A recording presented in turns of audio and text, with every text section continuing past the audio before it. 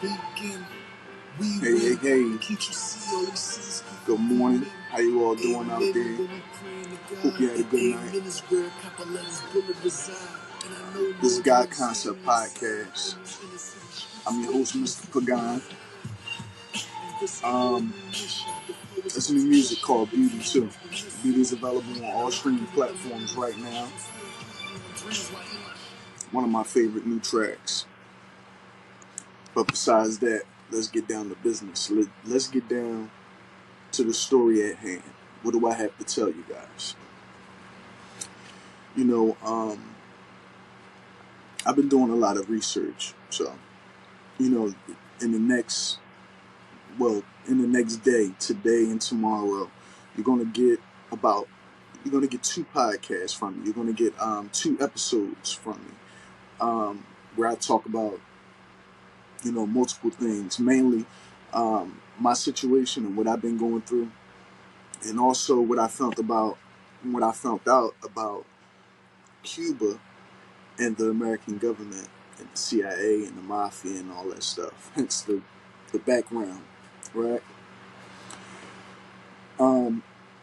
Please, if you like the content, like, share it, subscribe, do all of that good stuff. I'm trying to get my numbers up, so I can keep on producing new episodes for you guys, so I can help support my family and myself.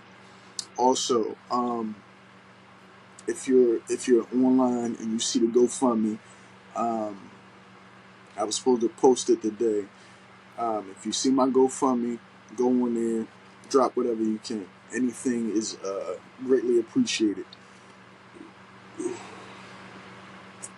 This episode is going to be titled the Cuban children, the U.S. Cuban children. Hold on, what did I say? I thought of the title earlier, but that's neither here nor there. Now, we all know that the United States government always had a thing for Cuba for whatever reason. The United States government, the mafia, the CIA always had a thing with Cubans. So, when we look back at the Bay of Pigs, that was basically them storming the beach or whatever and overflowing the population. Fighting a big war and everything, where the Cuban government had to actually put an end to it and everything like that. I don't know all the ins and outs, the intricacies of the Bay of Pigs, but you could go check that out. When you look at operations like Operation Mongoose, where they did terroristic attacks on civilians of Cuba. When we look at Operation Northwood, where they had a campaign to get Castro elected as president, it's always been a love and hate type situation with Cuba. The Cuban Missile Crisis, right? It's always been a thing where America's been alongside Cuba and fighting Cuba at the same time. Operation Peter Pan and Pedro Pan, where they actually was stealing children from Cuba, bringing them into America. They stole Cuban children from Cuba, from parents of Cuba, and brought them to America. Some parents got their children back. Some parents, unfortunately, didn't. Maybe because they lost their life. Maybe because they lost track of their children by some freak of nature or whatever, by some circumstance. They lost track of their children and they just never was able to get them back. But a lot of parents lost their children. A lot of children of Cuba who was kidnapped from Cuba made their way to America. And they did this with help, with handlers and people that was planning in their life. And today, it still goes on. I'm gonna take you into the story of how um, America stole Cuban children. Well, Operation Peter Pan, Pedro Pan was to do just that. So they had soldiers and people planted all over the place, even in Cuba, to help with the exodus of mass Cuban children. Once these kids got to America, they were just watched, monitored, um, things like that. They was made to repopulate and have kids, with people in Cuba. So this way they could have an amalgamation, have people in America of Cuban blood, of that bloodline. Why? Because maybe they was easily manipulated. Maybe they had some type of connection with their DNA. I don't know, but they also had a lot of people handling these children, people implanted in these life, former soldiers and former veterans of Vietnam and things like that. And what they would do is handle these children's lives to make sure that, they don't seem like plants. But what they do is they ensure that the kids that they stole from Cuba, that they kidnapped from Cuba, always stayed in line and always fit a program or agenda.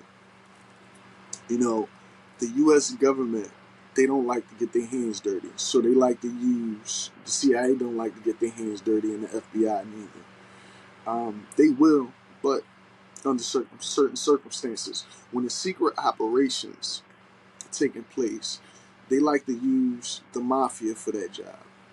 They like to use the mafia and the shadow government. What the shadow government is basically behind the scenes where they have certain things happen for a certain reason.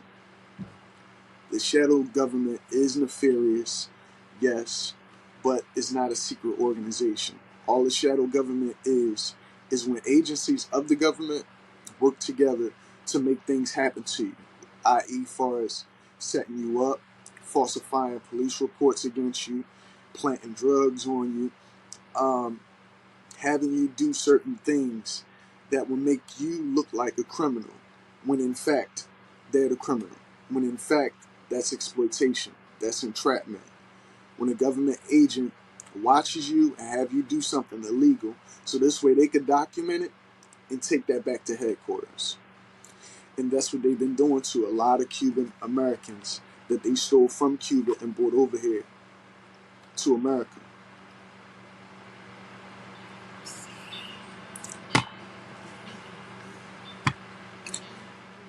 Now, I don't have a lot written down on this cue card, just little things that I wanted to talk about.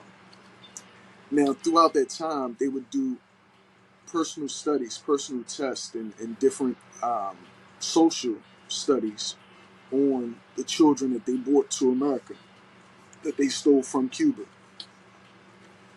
Of course, they was made to, reproduce, populate, and have children everywhere. I'm proof of that. Um, but they also would have their lives tampered with in a way where they can always have control of you. They don't want you, they didn't want these Cuban children that they stole from Cuba to ever reach a point in life where they could actually talk about the exploitations that America did through the mafia, that the government did through the mafia, and is currently being monitored by the CIA and the FBI. See, they know all about the things that they did in the past, their dark history, their secret history. But the one thing that they didn't account for is the fact that we have a spiritual connection. All of us, not just the kids that were stolen from Cuba. All of us have a spiritual connection where the dark soon come to light. The dark will always soon come to light. So if I have a revelation or if I have a vision of exactly why I'm in my situation, why my father been in his situation, why all of this, because the things that they do is insidious. They steal sperm from you. Because, see, the CIA love to use Cubans as guinea pigs for some reason. For some reason, the CIA uses the mafia to exploit Cubans for whatever reason. I don't know. Maybe they just understand the genetics of Cubans. Maybe they just really got a disdain for Cuban people. Maybe they just like to do studies on Cuban people because they know them better than anybody else.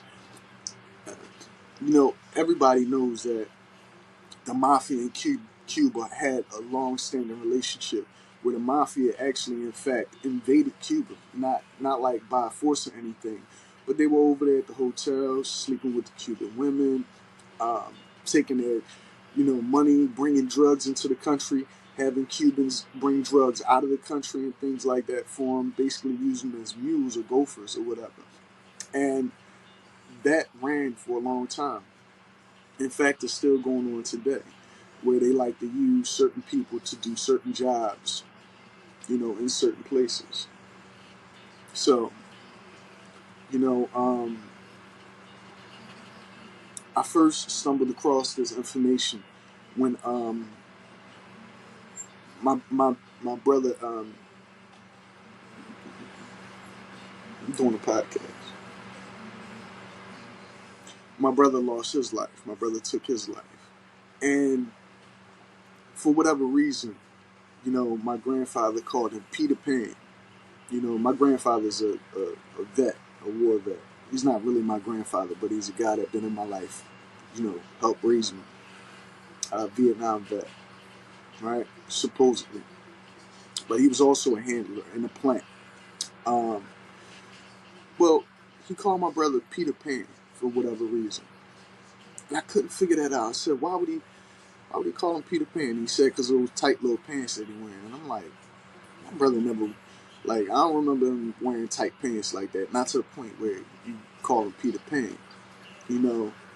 Me being me, even before my whole situation occurred, even happened, me being me, I looked into Peter Pan. What did that mean? You know what I mean?